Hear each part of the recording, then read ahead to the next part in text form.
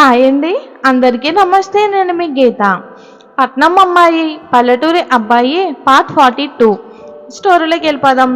శశి బాగా ఆలోచించుకుని ఎక్కువసేపు టైం తీసుకోకుండా బామ్మగారి దగ్గరికి వెళ్తుంది. తన కోసమే ఎదురు చూస్తూ ఉంటుంది అనసూయమ్మ. తను రావడం ఆలస్యం. వస్తావనుకున్నాను మనవరాలా, కానీ ఇంత తొందరగా వస్తావనుకోలేదని అంటుంది అనసూయమ్మ. దీన్ని బట్టి అర్థమవుతుంది నా మనవడంటే నీకు ఎంత ప్రేమ ఉందో.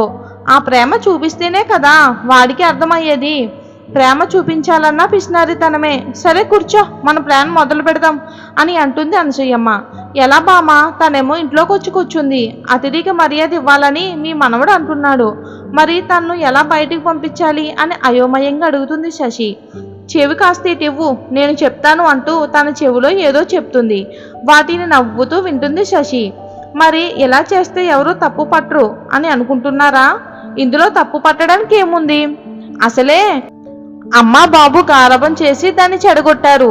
ఇంటి పని రాదు, వంట పని రాదు. అలాంటి దానికి పౌరు అనగాలి అంటే ఆ మాత్రం చేస్తే తప్పేం లేదులే. ఈరోజు రెస్ట్ తీసుకో, రేపటి నుండి మన ప్లాన్ సక్సెస్ చేద్దాం. అలాగే అమ్మమ్మ అంటూ నవ్వుకుంటూ రూమ్ నుంచి బయటికి వెళ్తుంది శశి. ఏంటో అంత నవ్వుకుంటూ బయటికి వస్తుంది. ఏదో ప్లాన్ చేసే ఉంటారు, లేకపోతే ఏడవలసిన మొహం కాస్త బల్బులా వెలిగిపోతుంది ఏంటో అని అనుకుంటుంది కల్పన. దీని భర్త అంటే ఇష్టం లేనట్టు అనిపిస్తుంది. అమ్మయ్యా, ఇదే కదా మనకి కావాల్సింది. అలా జరిగితే మనం కూడా ప్రశాంతంగా ఉండొచ్చు. ఏ బాధలు లేకుండా బావతోనే నా లైఫ్ అంతా సంతోషంగా ఉంటుంది. నేను ఇప్పుడు బావకి ఇష్టమైన హల్వా చేసి పెట్టాలి. చిన్నప్పుడు అత్తయ్యని ఎప్పుడూ అడుగుతూ ఉండేవాడు కదా, ఆఫ్టర్నూన్ లంచ్కి తప్పకుండా ఇంటికి వస్తాడు, నేనే స్వయంగా చేస్తాను అంటూ కిచెన్లోకి వెళ్తుంది కల్పన. అక్కడ ఏ వస్తువులు ఉన్నాయో కూడా తెలియదు తనకి.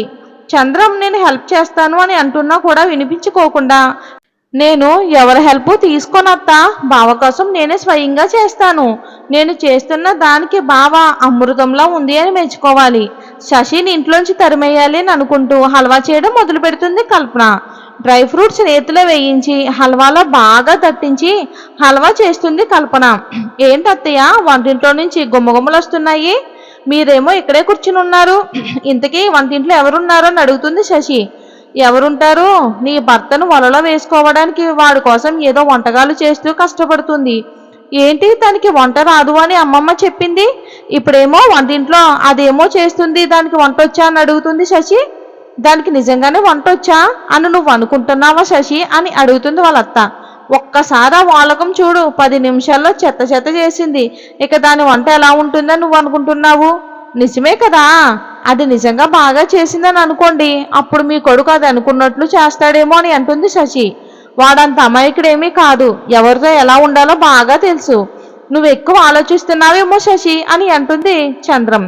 అత్తయ్య, నాకు మొత్తం అయోమయంగా ఉంది అని వీళ్ళు మాట్లాడుకుంటూ ఉండగానే బుల్లెట్ సౌండ్ వినిపిస్తుంది.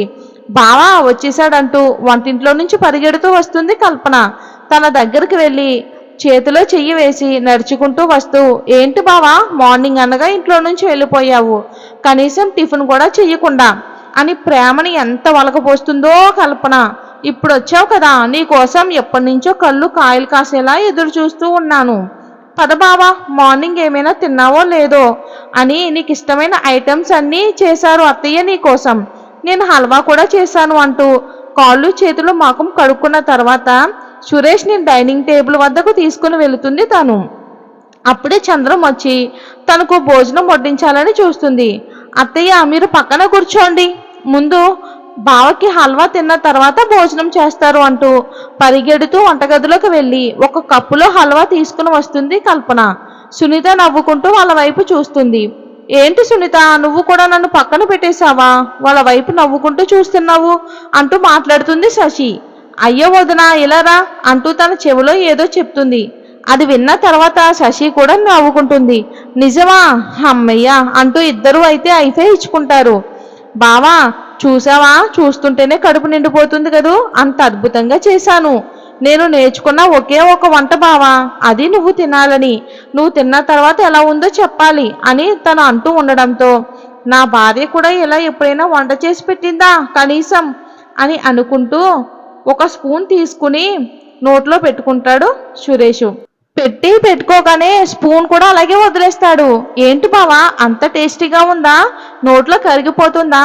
అవునులే, చేసింది ఎవరు? నేను కదా, అందుకే అమృతంలా ఉండుంటుంది. ఏంటి బావా స్పూన్ తీయడం లేదు? ఇంకా చాలా ఉంది, తిను బావా అని తను మాట్లాడుతూ ఉండగా తను తినడానికి పెట్టిన స్పూన్ బయటికి రావడం లేదు. అస్సలు ఎంత లాగినా రావట్లేదు. చేతితో సైగ చేసి చెప్తాడు. తన వైపు ఆశ్చర్యంగా చూస్తుంది కల్పన. తను కూడా స్పూన్ లాగే ప్రయత్నం చేస్తుంది. ఎంత ప్రయత్నించినా సరే స్పూన్ బయటికే రావడం లేదు. అప్పుడే సురేష్ వాళ్ళ నాన్నగారు, ఇక్కడ నేను సొల్యూషన్ పెట్టాను, అది ఎక్కడుంది కనిపించడం లేదు చంద్రం అని అడుగుతాడు. పైపు పగిలిపోయింది, దాన్ని అతికించడానికి తెచ్చాను, నువ్వేమైనా చూసావా అని చంద్రాన్ని మళ్ళీ అడుగుతాడు. చంద్రం, ఏమోనండి, ఇంట్లో పెట్టి ఉంటే అక్కడే ఉంటుంది, కాస్త సరిగ్గా చూడండి అని తను అనడంతో మళ్ళీ వంటగదిలోకి వెళ్తాడు. ఆయన పెట్టిన దగ్గర కాకుండా గ్యాస్ బండ దగ్గర చూస్తాడు. అక్కడ ఖాళీ డబ్బా కనిపిస్తుంది. ఆ డబ్బా తీసుకుని వస్తాడు. ఇందులో ఉన్న సొల్యూషన్ ఏమయ్యింది? ఇంట్లో చిన్నపిల్లలు కూడా లేరు కదా పారిపోయడానికి అంటూ కోపడతాడు చంద్రం. ఎందుకు మామయ్య అంత కోపడుతున్నారు?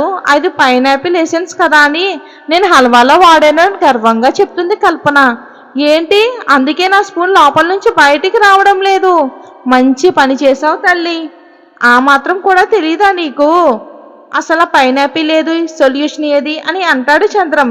అంటే మామయ్య నాకు కోల్డ్, అందుకే వాసన రాలేదు అని అంటుంది కల్పన. సురేష్ ఎక్స్ప్రెషన్స్ చూడాలి. ఆ స్పూన్ ఎలా బయటకు వస్తుందో తెలియక ఈ తింగరి తల్లి చేసిన వంట చూసి ఆశ్చర్యపోతాడు తను. మొదటిసారి తన్ని కొట్టాలన్నంత కోపం వస్తుంది సురేష్కి. మాట్లాడాలి అంటే నోరు రావటం లేదు. ఐఎమ్ సారీ బావా, పద హాస్పిటల్కి వెళ్దామంటూ తన చెయ్యి పట్టుకుంది కల్పన. ఆ చేతిని కాస్త విదిలిస్తాడు సురేష్. పదండి, ఇక్కడ ఎలా ఎంతసేపు కూర్చుని ఉంటారు, నేను హాస్పిటల్కి తీసుకుని వెళ్తానని తన చెయ్యి పట్టుకుని కారు వద్దకు తీసుకుని వెళ్తుంది శశి. కీ ఇస్తారా అని అడుగుతుంది. నీకు డ్రైవింగ్ వచ్చా అని సురేష్ సైగతో అడుగుతాడు. నీకు నా మీద నమ్మకం లేదా? ముంబైలో అంత ట్రాఫిక్లో కూడా డ్రైవ్ చేశాను, ఆ మాత్రం నమ్మొచ్చు అంటూ కార్ కీస్ తీసుకుని డ్రైవింగ్ చేయటం మొదలు పెడుతుంది శశి. సురేష్ని భయపెట్టాలని కార్ చాలా స్పీడ్గా తీసుకుని వెళ్తుంది. ఉన్నట్లుండి ఎదురుగా ఒక లారీ వస్తూ ఉంటుంది. వసే ఆపవే, చంపేసే ప్లాన్ ఏమన్నా వేసావా అని అరుస్తూ ఉంటాడు సురేష్. ఎక్కడ తనకి యాక్సిడెంట్ అవుతుందో అన్న భయంతో తన నోరు ఓపెన్ అయ్యింది. ఆ వెహికల్ దగ్గరికి తీసుకుని వెళ్ళి రైట్ తీసుకుంటుంది తను. అక్కడి నుంచి కారుని స్లోగా వెళ్ళనిస్తుంది. తను అరిచిన అరుపులకి నవ్వుకుంటూ వెళ్తుంది శశి. అతను అరవడానికి ఒక కారణం ఉంది. అది ఏంటంటే ఆల్రెడీ ఇంటి దగ్గర బాగా వాటర్ పోసి కడిగారు, సోప్ కూడా వేసి రుద్దడంతో ఇప్పుడు ఆ వెహికల్ ఎక్కడ డాష్ ఇస్తుందో అని, యాక్సిడెంట్ అవుతుందో అని కంగారులో నోరు తెరిచి మాట్లాడేశాడు సురేష్. ఆ విషయం సురేష్ గమనించడం లేదు. శశి డ్రైవింగ్కి చనిపోతానని ఫిక్స్ అయిపోయాడు సురేష్. కాబట్టి కొంచెం దూరం వెళ్ళిన తర్వాత సురేష్ వాళ్ళ పొలాల వద్ద ఆపుతుంది శశి. అప్పటికి తనని తిడుతూ ఉంటాడు సురేష్. ఏంటి ఇక్కడ కారు ఆపావు, నన్ను హాస్పిటల్కి తీసుకెళ్లే ఉద్దేశం ఉందా లేదా నీకు అని అడుగుతాడు సురేష్. అయినా మిమ్మల్ని హాస్పిటల్కి తీసుకెళ్లే అవసరం ఏముంది అని అంటుంది శశి. ఇంతకీ ఆ టెన్షన్లో సురేష్ మాట్లాడుతున్నాడు అన్న సంగతి సురేష్కే తెలియదు. ఇది ఫ్రెండ్స్ స్టోరీ. ఈ స్టోరీ నచ్చినట్లయితే ఒక లైక్ చేసి మన ఛానల్ని సబ్స్క్రైబ్ చేసుకోండి. ఏం జరిగింది దీని తర్వాత అనేది మనం నెక్స్ట్ వచ్చే భాగాల్లో చూద్దాం. Thanks for watching.